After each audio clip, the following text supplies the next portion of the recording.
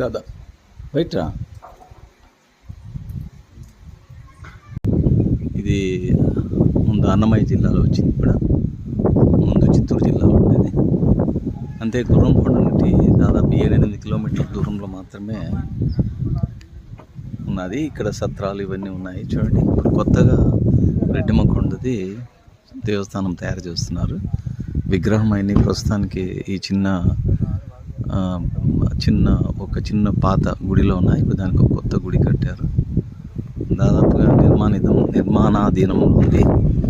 చుట్టూ పచ్చని చెట్లు, కొండలు, వీటి మధ్యలో నెలకొని ఉన్నది రెడ్డమ్మ కొండ. మామూలుగా ఎవరైనా పిల్లలు లేని వారు రెడ్డమ్మ కొండను దర్శించుకుంటుంటారు.